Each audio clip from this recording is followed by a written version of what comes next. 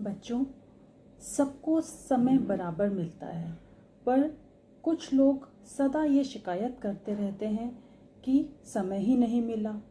काम अधूरा रह जाता है तो कहते हैं समय नहीं मिला, जबकि कुछ लोग अपना हर काम समय से पूरा रखते हैं।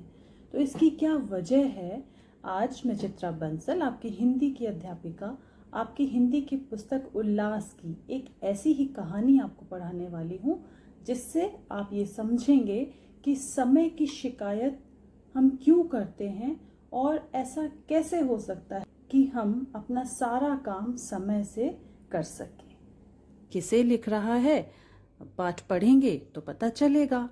तो जब पत्र लिखा जाता है अपने किसी संबंधी को, रिश्तेदार को, मित्र को, तो सबसे पहले अपना पता लिखा जाता है। तो ऊपर क्या लिखा है देखिए, कमला सदन, रोहिणी कुंज, मेरठ। फिर तिथि लिखी है 19/10/2019। फिर जिसको पत्र लिख रहे हैं उसको संबोधित किया जाता है, उसका नाम लिखा जाता है। तो प्रिय शौर्य, यानी कि ये पत्र जिससे लिखा जा रहा है उसका क्या नाम है? शौर्य। प्रसन्न रहो मतलब खुश रहो। यहाँ सब सकुशल हैं, मतलब जहाँ से वो पत्र लिखा जा रहा है वो लिखने वाले कह रहे हैं कि यहाँ पर सब सकुशल हैं, मतलब सब ठीक हैं। आशा है वहाँ भी परिवार में सब ठीक होंगे। तुम्हारा पत्र मिला, मेरे पत्र का उत्तर देने में तुमने 2 महीने लगा दिए। मुझे इस बात पर बहुत आश्चर्य हुआ। तो जो पत्र लिख रहे हैं वो शौर्य को कह रहे हैं कि जब मैंने पत्र पहले लिखा था उसके 2 महीने बाद तुमने पत्र का उत्तर दिया। ये बड़ी हैरानी की बात है कि तुमने इतना समय क्यों लगाया। अपने पत्र में तुमने लिखा है, क्या करूं भैया जी, पत्र लिखने का समय ही नहीं मिलता। जो लोग अपने समय का ठीक उपयोग नहीं करते वे प्रायः आवश्यक कार्य के लिए समय न मिलने की शिकायत किया करते हैं। बात यह है, समय का सदुपयोग करें तो सब काम समय पर हो जाते हैं। तो जब शौर्य ने 2 महीने बाद पत्र का उत्तर दिया था तो उसमें उसने क्या लिखा था कि वो पत्र इसलिए नहीं लिख पाया क्योंकि समय ही नहीं मिलता। समय की शिकायत बच्चों वो करते हैं जो समय का ठीक से नियोजन नहीं करते, जिन्हें समय का सदुपयोग करना नहीं आता। वो किसी भी काम के न होने पर यही कहते हैं कि समय नहीं मिलता, पर वास्तव में समय की गलती नहीं है। समय तो सभी के पास उतना ही होता है। कुछ उसका नियोजन बहुत अच्छी तरीके से कर लेते हैं और कुछ उसको बर्बाद कर देते हैं, और फिर शिकायत ये रहती है कि समय ही नहीं मिलता। इस पत्र में मैं समय के सदुपयोग के बारे में कुछ आवश्यक बातें लिख रहा हूँ, इन पर ध्यान देना। तो बच्चों आप भी ध्यान से देखना कि समय का नियोजन कैसे किया जाना चाहिए कि हमारे सारे काम समय से हो सकें। संसार में सबसे मूल्यवान वस्तु है समय। मूल्यवान मतलब सबसे कीमती। क्यों है सबसे कीमती? समय को क्या आपको पैसे देकर खरीदना पड़ता है? फिर उसको कीमती क्यों कहा है? क्योंकि समय जो है वो एक बार जब निकल जाता है तो दोबारा नहीं आता। 1 सेकेंड भी हमें दोबारा नहीं मिल सकता। तो इसीलिए जो चीज़ दोबारा नहीं मिल सकती उसको किसी भी कीमत पर हम दोबारा नहीं पा सकते। इसीलिए उसको बोला है कि समय सबसे अधिक मूल्यवान है, कीमती है। बहुत से लोग इस बात को नहीं समझते। ध्यान रखो, नष्ट हुआ धन फिर प्राप्त हो सकता है, पर गंवाया हुआ समय फिर हाथ नहीं आता। समय का एक एक क्षण बहुमूल्य है। एक एक क्षण मतलब एक एक पल जो है समय का, वो बहुत मूल्यवान है, कीमती है। उसका ठीक प्रकार से उपयोग करो।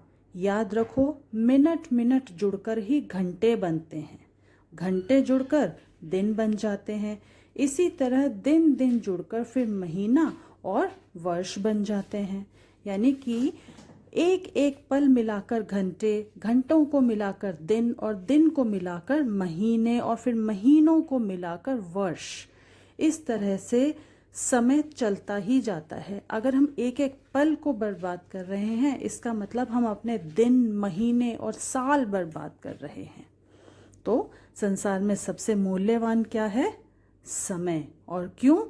क्योंकि वो दोबारा नहीं मिल सकता। तुमने देखा होगा बहुत से लोग 100-200 रुपयों की हानि होने पर तो बहुत सा दुख करने में समय गंवा देते हैं, पर प्रतिदिन बहुत सा समय व्यर्थ गंवा देने में भी उन्हें कोई चिंता नहीं होती। यह मूर्खता नहीं तो और क्या है? समझ में आई ना ये बात कि हम कुछ पैसे से कुछ चीज़ खरीदने जाते हैं तो कितना मोल भाव करते हैं, 100-200 रुपए के लिए कितना कुछ कहते हैं, पर इतना सारा समय कभी कभी यूं ही बर्बाद कर देते हैं। जबकि पैसा तो फिर भी कमाया जा सकता है, यदि एक बार खर्च भी हो जाए या व्यर्थ भी चला जाए तो भी वापस कमाया जा सकता है। पर समय यदि एक पल भी हमने व्यर्थ गंवा दिया तो दोबारा उसको नहीं पा सकते। तो समय को महत्व ना देना तो सबसे बड़ी मूर्खता है। सोच कर देखो, समय धन से भी अधिक मूल्यवान है। व्यर्थ के कामों से समय बचाकर बहुत से उपयोगी कार्य किए जा सकते हैं। उनसे धन भी प्राप्त हो सकता है, अपनी उन्नति भी हो सकती है। तुम अपने 24 घंटों के कामों पर दृष्टि डालो, मतलब नज़र डालो। सोचो कि एक दिन में 24 घंटे होते हैं और उन 24 घंटों को तुम किस तरह से उपयोग करते हो वो सोचो ज़रा। तुम समझ जाओगे तुम्हारा अधिकांश समय व्यर्थ नष्ट हो रहा है। अधिकांश मतलब अधिकतर। तुम अधिकतर समय अपना यूं ही बर्बाद कर रहे हो। कोई ज़रूरी काम भी नहीं हुआ और तुम्हें ऐसा लगा कि समय भी नहीं मिला। सोचो, 1 रुपया भी कोई बेकार नहीं गंवाता, फिर इतने बहुमूल्य समय का एक क्षण भी क्यों व्यर्थ नष्ट करें? यानी कि जितनी समझदारी से सोच समझकर हम पैसे खर्च करते हैं, अगर उतनी ही समझदारी से हम समय का भी सदुपयोग करें तो कितना अच्छा हो। तब तो हमें कभी ये शिकायत ही नहीं होगी कि समय नहीं मिलता। गंभीरता से विचार करो, मतलब गहराई से सोचो। तुम्हें पता चलेगा मनुष्य के जीवन में काम करने के लिए तो समय ही बहुत थोड़ा सा बचता है। देखो, यदि मनुष्य 8 घंटे प्रतिदिन सोए तो उसकी आयु का 1/3 भाग तो सोने में ही निकल जाएगा।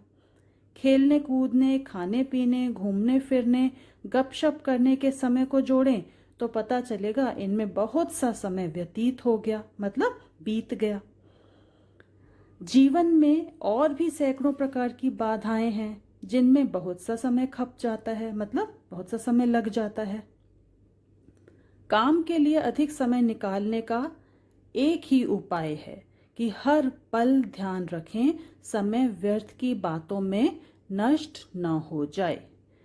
यानी कि हमें ही देखना पड़ेगा कि हर दिन जो हमें 24 घंटे मिल रहे हैं, हम उन 24 घंटों को कैसे इस्तेमाल कर रहे हैं, कैसे उपयोग में ला रहे हैं। कहीं वो समय बर्बाद तो नहीं हो रहा। तुम एक विद्यार्थी हो। विद्यार्थी जीवन भविष्य के निर्माण का काल है। यानी कि जब विद्यार्थी जो होता है वो उस अवस्था में जो कुछ करता है उसी से उसके भविष्य का निर्माण होता है, उसका भविष्य उसी से बनता है। इस काल में बुद्धि, शारीरिक शक्ति तथा चरित्र के विकास का अवसर रहता है। मतलब आपको मौका मिलता है कि आप अपने चरित्र का, अपनी बुद्धि का और अपने स्वास्थ्य का निर्माण कर सकते हैं, उसको बेहतर बना सकते हैं। अतः समय का सदुपयोग करने पर विशेष ध्यान देना चाहिए।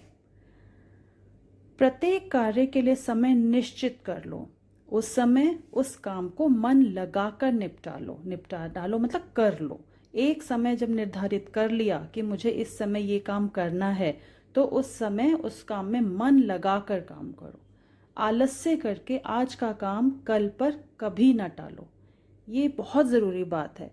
अगर हम ये सोच लेते हैं किसी काम को कल कर लेंगे, अभी आलस आ गया या किसी भी वजह से हम उसको नहीं कर रहे हैं और कल पर टाल देते हैं, तो ये सोचिए कि कल भी हमारे दिमाग में यही बात आएगी, कल फिर मन नहीं करेगा और फिर कल उसको फिर कल पर टालेंगे, तो इस तरह से वो काम कभी होगा ही नहीं।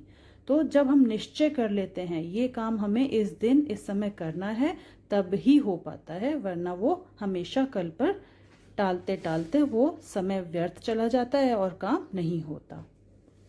संसार में जितने भी महापुरुष हुए हैं वे अपने समय के एक एक मिनट का ठीक उपयोग करते थे। Gandhi ji, George Washington, Edison, Jawaharlal Nehru ऐसे लोगों में मुख्य हैं। यानी कि हम जितने भी प्रसिद्ध लोगों के नाम सुनते हैं, हमें ये तो लगता है कि वो इतने प्रसिद्ध हो गए, उन्होंने कितना नाम कमाया, पर हमें ये नहीं पता कि उसके पीछे वजह क्या है। तो सबसे बड़ी वजह क्या है कि वो अपने समय का सदुपयोग करते थे। गांधी जी ने एक बार किन्हीं सज्जन को मिलने के लिए 5 मिनट का समय दिया। वे सज्जन 4 मिनट देर से पहुंचे। गांधी जी ने 2-3 वाक्यों में उनसे कुशलता पूछी और उनसे यह कहकर हाथ जोड़ लिए, क्षमा करें, आपका समय समाप्त हुआ, फिर आइएगा। तो उस सज्जन को अपनी गलती का एहसास हो गया होगा। जब उन्हें समय ही 5 मिनट का दिया था मुलाकात का, उसमें से 4 मिनट वो लेट आए, तो उनके पास कितना समय बचा मुलाकात का? केवल 1 मिनट। तो इस घटना से ये पता चलता है कि गांधी जी समय के कितने पाबंद थे। देखा गांधी जी समय की कितनी कीमत समझते थे। पत्र लंबा हो गया, इन बातों पर ध्यान देना, फिर तुम्हें काम के लिए समय की कमी नहीं रहेगी। शीघ्र पत्र लिखना, परिवार में सबको यथा योग्य अभिवादन। यथा योग्य मतलब जिस योग्य जो हैं, जो छोटे हैं उन्हें प्यार, जो बड़े हैं उन्हें नमस्ते। इस तरह से पत्र को समाप्त किया जाता है। और अंत में देखिए क्या लिखा है, तुम्हारा शुभ चिंतक ईशान।